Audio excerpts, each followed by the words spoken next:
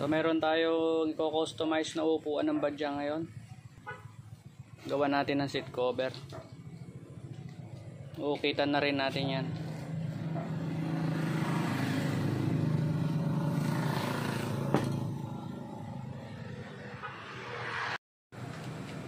Yan, dadagdagan din natin ng foam naman tong likod nya para tumambok.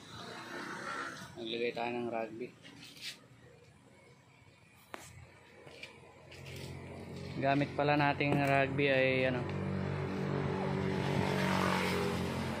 wala rito yan mabibili sa Aurora.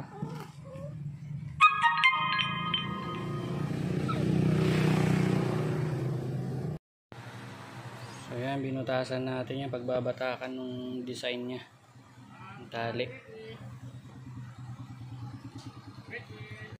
Yan, naglagay tayo ng design. So nilalagay pala natin na foam dyan na Uratex. Ayan, Uratex yan para yung umbok-umbok nya na yan. Ayan, hindi na pipiyot.